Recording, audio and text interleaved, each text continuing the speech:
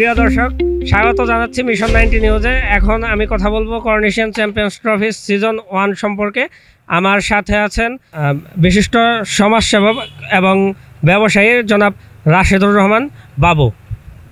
তো আপনি তো জানেন যে বল্লাতে করোনেশন চ্যাম্পিয়ন্স ট্রফি চলে গেল এবং সামনে আরও একটি প্রীতি ম্যাচ আছে এই করোনেশন চ্যাম্পিয়ন্স ট্রফি। তো এই আয়োজনটা সম্পর্কে আপনার অভিজ্ঞতার বিষয়ে আমরা কিছু জানতে চাচ্ছি। প্রথমেই ধন্যবাদ জানাই আজকের মিশন 90কে এবং এই খেলা যারা আয়োজন করেছেন 2022-এর যারা আয়োজক, আমাদেরই ছোট ভাই ব্রাদার, তাদের সকলকে এত বড় একটা খেলার আয়োজন করার জন্য আমি বল্লার পক্ষ থেকে সকলকে জানাই অভিনন্দন। বারংবার এই অনুষ্ঠান যাতে তারা আবারও করতে পারেন, সার্বিক সহযোগিতা যেভাবে সকলে করতে পারি আমরা সেই প্রতিশ্রুতি তাদেরকে আগেই দিয়ে রাখছি। আমরা সকলেই তাদের সাথে সেই সহযোগিতায় সর্বসময় থাকব। আজকের যে খেলা চলে গেল, যেটা 97 সমস্ত খেলায় বিজয়ী হয়েছেন, তারা ফাইনাল ট্রফি নিয়ে নিচ্ছেন। সেই বিজয়ীদের সাথে আমাদের আগামী দিনে খেলতে যাচ্ছেন আগামী শুক্রবার 22 তারিখ 1998 ব্যাচ, 1988 ব্যাচ। সেই ব্যাচের যদিও অনেক সিনিয়র, কিন্তু তাদের সাথে আমি আলাপচারিতায় যেটুকু জানতে পেরেছি, তাদের অত্যন্ত মনোবল। সেই মনোবলে তারা বিশ্বাসী যে তারা আগামী শুক্রবারের প্রীতি ম্যাচে তারা যেভাবেই হোক ইনশাল্লাহ খেলায় সক্রিয় অংশগ্রহণ করে এবং সুন্দর খেলা উপহার দিয়ে একটা বিজয় উপহার ছিনিয়ে নেবে তারা। সেই সুবাদে আমরা বল্লাবাসীর পক্ষে আমরা দেখতে চাই যে তারা কত সুন্দর খেলা খেলে এবং যারা বিজয়ী 97 তারা কি করেন। আমরা দর্শকরা আশা করব সর্বময় সুন্দর এবং একটি সেটা সংস্কৃতি বলি, শরীরচর্চার দিক থেকে বলি, এটা পরিবেশগত দিক ঠিক রেখে খেলার সম্পূর্ণ নিয়মকানুন মেনে একটি দর্শকের আনন্দমুখর খেলা উভয় ব্যাচ উপহার দিয়ে আমাদেরকে আনন্দিত করবে, এটাই আমাদের কামনা। আপনি হয়তো জানেন যে এরা কিন্তু আরও একটা বিষয় যেটা অবগত হয়েছে, সেটা হচ্ছে যে এই খেলার মধ্যে একটা কিন্তু চমক থাকবে, মানে বিশেষ কিছু চমক নিয়ে তারা আসছেন বলেও জানিয়েছেন, মানে খেলার বাহিরেও আয়োজনের মধ্যে। তো কি কি চমক থাকবে বলে আপনি মনে করছেন? আসলে তো বাংলাদেশের প্রেক্ষাপটে, বিশেষ করে বল্লার প্রেক্ষাপটে আমরা যেটা বিশেষ করে পূর্ব থেকে দেখে আসছি, আমরা যেমন আমার মনে আছে আমরা স্বাধীনতা উত্তর 71 পরবর্তী সম্ভবত 82 পর্যন্ত এই বল্লাতে অনেক নাটক, অনেক থিয়েটার, অনেক কবিতা আবৃত্তি, অনেক সংস্কৃতি বল্লাতে ছিল, যেটা আজকে হারিয়ে গেছে। তো সেখানকার পরবর্তী ব্যাচটাই হলো এই 98। তাদের মধ্যেও এই সংস্কৃতির কিছুটা ধাঁচ আছে, কিন্তু 88 তাদের মধ্যে ওই সংস্কৃতির কিছুটা ধাঁচ রয়ে গেছে, কিন্তু সময় এবং বয়সের তারতম্যতায়, কর্মব্যস্ততায় তারা সেটা এখন আর করতে পারে না। কিন্তু বর্তমান যুব সমাজকে এটা দিক নির্দেশনা দেওয়ার মতো স্কুল, কলেজ বা নাট্যশালা কোনোটাই আমাদের বল্লাতে নাই। বিশেষ করে আমরা এই ক্ষেত্রে হয়তো আশা করতে পারি যে এখানে হয়তো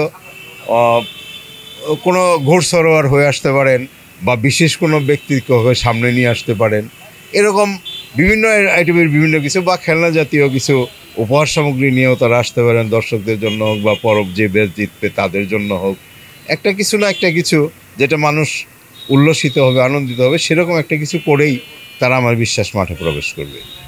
আচ্ছা, আপনি যেমনটি বলছিলেন যে বল্লা থেকে সংস্কৃতিটা প্রায় হারিয়ে যেতেই বসেছে। তো এই যে হারানোর সংস্কৃতি, এই করোনেশন চ্যাম্পিয়ন্স ট্রফি আয়োজনের মাধ্যমে আমরা যতটা দেখেছি যে বল্লাতে মোটামুটি এই আলোচনাই সব জায়গাতে, মানে সবাই এই করোনেশন চ্যাম্পিয়ন্স ট্রফি নিয়েই আলোচনা করছে, যেখানে যাই শুধু এইটার থেকে কিন্তু আমরা দেখতে পাচ্ছি অনেকটাই মোবাইল আসক্তি কমে গেছে। তো এই ধরনের আয়োজনের মাধ্যমে কি পূর্বের সংস্কৃতিগুলো ফিরিয়ে আনা সম্ভব বলে আপনি মনে করেন? আসলে সংস্কৃতি তো বাংলার যেটা রূপরেখা ছিল, যেমন সেই দাঁড়িয়া ছুট, সেই গোল্লাবান্ধা, সেই গোল্লা ছুট খেলা, সেই ভলিবল, ফুটবল, ফুটবলই তো ছিল বাংলার সংস্কৃতির সবচেয়ে বড় একটা খেলার বাহন। কিন্তু সময় এবং প্রকৃতির বিবর্তনে আমরা যখন পশ্চিমা গোষ্ঠীর ধারক বাহকের কিছুটা হলে ওরাও আমরা এগিয়ে যাচ্ছি সেদিকে, সেটা হয়তো বা আমি ধরতে পারি মোবাইল সংস্কৃতি অথবা ইন্টারনেট সংস্কৃতি, যাই কিছু ধরি, বা আমাদের নাগরিকরা বাহিরে আছেন তাদের মাঝখান থেকে উপস্থিত আসতেছে। এইভাবে আমরা আমাদের বাঙালি ঐতিহ্য যেটা ছিল সেই গ্রাম বাংলার ঐতিহ্যকে আমরা অনেকটাই হারিয়ে ফেলছি। তবে এটা পুনরুদ্ধার করতে চাইলে অবশ্যই শিক্ষাক্ষেত্রের প্রত্যেকটা মিডিয়ায় আলোচনা অনুষ্ঠান থাকতে হবে। শিক্ষাক্ষেত্রে প্রত্যেকটা বিদ্যালয়ে প্রতিযোগিতামূলক কোনো বক্তব্য থাকতে হবে।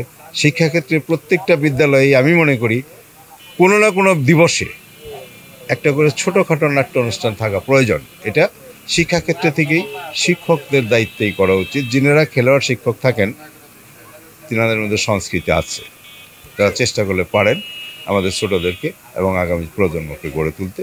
পাশে আমাদের সমাজ ব্যবস্থার একটা সহযোগিতা প্রয়োজন। এই খেলাটার সমাপ্তি আপনি কিভাবে আশা করতেছেন?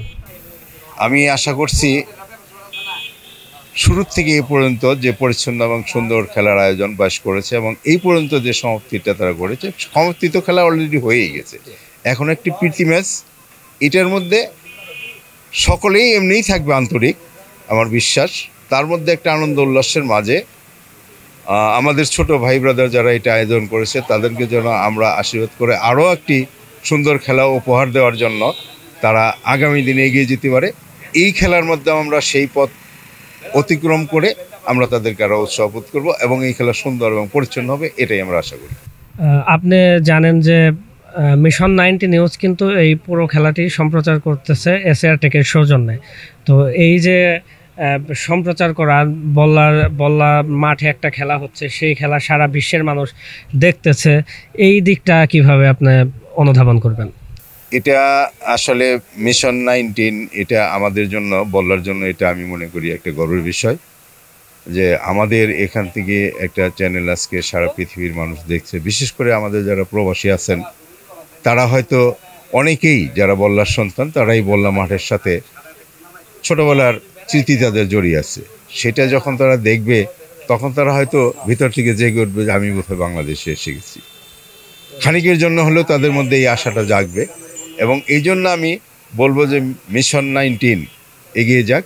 সেটা আমাদের সমাজের শুধু খেলা নয়, আমাদের সামাজিক আরও অন্যান্য কিছু ফাংশন আছে, সকল ক্ষেত্রেই মিশন 19-এর অংশগ্রহণ থাকুক। যেমন ধর্মীয় বিষয় আছে, তারপরে আপনার উন্নয়নমূলক কিছু বিষয় আছে, শিক্ষামূলক কিছু বিষয় আছে, সকল বিষয়েই মিশন 19 এগিয়ে আসুক, আমরা তার সাফল্য কামনা করি। পাশাপাশি আমরা তাদের এবং এই মিশন 19-এর সার্বিক সাফল্য কামনা করে আমাদের সহযোগিতার হাত আমরা সম্প্রসারিত রাখবো ইনশাল্লাহ। এই কথা বলেই আমি আশা করি। মিশন 90 সবসময় সত্য প্রচারে অবিচল থাকবে, সেই প্রতিশ্রুতি দিচ্ছি। তো মিশন 90-র দর্শক এবং প্রবাসীদের উদ্দেশ্যে কি কিছু বলবেন? আমি এটুকুই বলবো যে মিশন 19 আজকে যে কাজটুকু করেছেন এই খেলা নিয়ে, বিশেষ করে আমার মনে হয় দর্শকরা ইতিমধ্যে সকলেই মিশন 19-কে গ্রহণ করে ফেলেছেন। আগামী দিনে এই গ্রহণযোগ্যতা, এই সত্যতা যদি প্রমাণ করা যায় এবং সত্য সংবাদ যদি পরিবেশন করা যায়, উত্তরোত্তর 19-এর আরও প্রসার ঘটবে। দর্শক সকলেই মিশন 19-কে সাদরে গ্রহণ করবে, এটাই আমার বিশ্বাস। সর্বশেষ আপনার কাছ থেকে যেটা চাইবো সেটা হচ্ছে যারা আয়োজক কমিটি বা পরবর্তীতে যারা আয়োজন করবে এই করোনেশন চ্যাম্পিয়ন্স ট্রফি, যদি পরবর্তীতে আয়োজন হয়, আপনি যেমনটি বললেন যে আয়োজন যাতে হয় অবশ্যই আপনাদের সহযোগিতা থাকবে এবং আগ্রহ থাকবে আয়োজনে, তবে যারা এর দায়িত্ব নেবে তাদের জন্য পরামর্শ কি থাকবে আপনার? খেলা এটা যদিও সেটা করছেন হয়তো বা একটা অপরিকল্পিত অবস্থা থেকে ছোট আকারেই নিতে চেয়েছিলেন, কিন্তু হয়ে গেছে বড়। তারপরেও তো তারা সামাল দিয়েছেন। তো এখন তারা সামাল যেভাবেই দিয়েছেন সেটা সুন্দর। তো এখন তাদের উদ্দেশ্যে আমার আসলে সাজেস্ট করার মতো ওরকম কিছু নাই, কারণ সাজেস্ট করতে হলে আগেই করতে হতো, তারা ইতিমধ্যে সেটা সম্পূর্ণ পরিপূর্ণ করছেন। তারপরেও বলবো যে এই ব্যাচ সম্পৃক্ততার জন্য আজকে যারা যতগুলি ব্যাচ এখানে অংশগ্রহণ করছে তাদের সকলের সাথে যোগাযোগের জন্য একটা মোবাইল বন্ধন বা সেতু বন্ধন তৈরি করে নেওয়া এবং আগামী দিনে যখন যে টাইমে এই খেলার আয়োজন করা হবে তার 1 মাস আগের থেকে সার্বিকভাবে বল্লাতে আমাদের যারা আছি সকলকে নিয়ে একটা পরামর্শ করা, কীভাবে খেলাটাকে সুন্দর করা যায়, মাঠটাকে সুন্দর করা যায়, মানুষকে বসতে দেওয়া যায়, সেই অবস্থা যেন আমরা করতে পারি। সেটার জন্য আমি যারাই আয়োজন করুক, আমি চাবো যে 22 আবারও এটার আয়োজন করুক, কারণ তারা এটার উদ্যোক্তাকে পিছনে ফেলে আরেকজনকে এগিয়ে যাওয়া এটা আমি সমীচীন মনে করি না। যতবারই করোনেশন চ্যাম্পিয়ন্স ট্রফির আয়োজন করা হবে, 22 যতদিন আয়োজক থাকবে ততদিন তারাই থাকবে, এটাই আমি আশা করি। জি, আপনাকে অসংখ্য ধন্যবাদ। দর্শক যেমনটি শুনলেন যে ওনার কাছ থেকে আমরা অনেক পরামর্শ পেলাম, এবং পরবর্তীতে করোনেশন চ্যাম্পিয়ন্স ট্রফির আয়োজন হোক এবং অনেক জাঁকজমকভাবে আয়োজন হোক, এটা মিশন 90 নিউজও প্রত্যাশা করে। তো এই সব প্রত্যাশা রেখেই আজকের প্রোগ্রাম এখানেই শেষ করছি। সকলকে ধন্যবাদ। খোদা হাফেজ। মিশন 90 সংবাদের পিছনে নয়, ভিতরে ছুটি।